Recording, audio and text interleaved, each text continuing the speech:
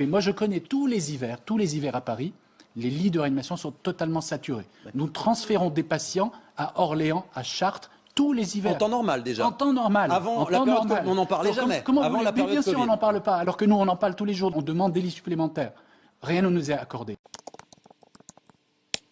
M6 Info. Cette dame est arrivée ce matin à l'hôpital. Le diagnostic est posé. Elle est grippée. Ces patients vont s'ajouter aux autres patients qui se présentent habituellement aux urgences et avec un encombrement des lits d'hospitalisation. Là, on est dans une situation où l'hôpital n'a plus aucun lit d'hospitalisation.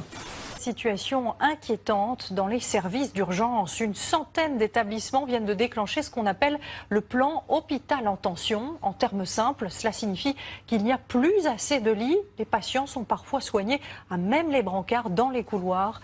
Une situation de crise qui devient permanente. Et vous allez l'entendre, les personnels sont à bout de souffle.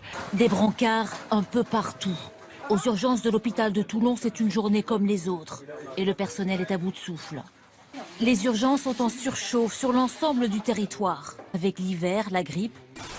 Dans cet hôpital de région parisienne, les malades de la grippe affluent. L'hôpital est surchargé. On est actuellement en état de saturation d'hospitalisation. On n'a plus de place à l'hôpital. On appelle les soins de suite rééducation, les unités gériatriques aiguës, ils sont pleins.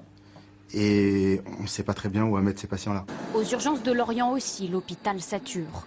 Dans les couloirs ce matin, les patients attendent parfois plus de 20 heures sur des brancards avant d'obtenir un lit. La pénurie de lits, un classique que l'hôpital de Haute-Pierre doit gérer chaque hiver. Quand il n'y a plus de lits, on fait au mieux, on a recours un petit peu aux cliniques aux alentours, aux hôpitaux. Il y en a certains qu'on peut gérer aussi en ambulatoire. Et sinon, le cas échéant, il y a des gens qui passent la nuit sur des brancards parce qu'on n'a pas le choix.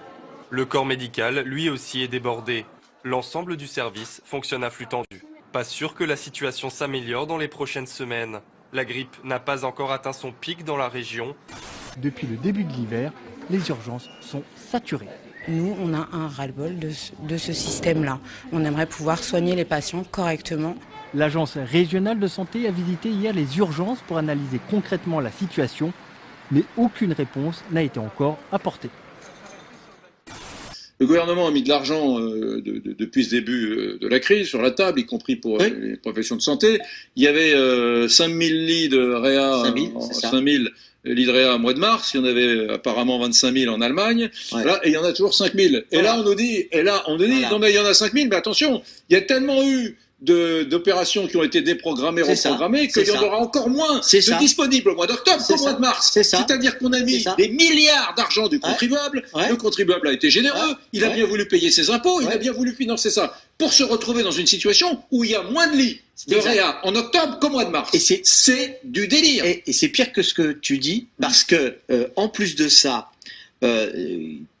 pour des mesures d'éviter la contamination entre les malades, les chambres à 2 lits sont devenues des chambres à 1 lit. La grippe en 2017 a fait 30 000 morts de la même façon, sans personne n'en parle. Voilà. Oh ben voilà.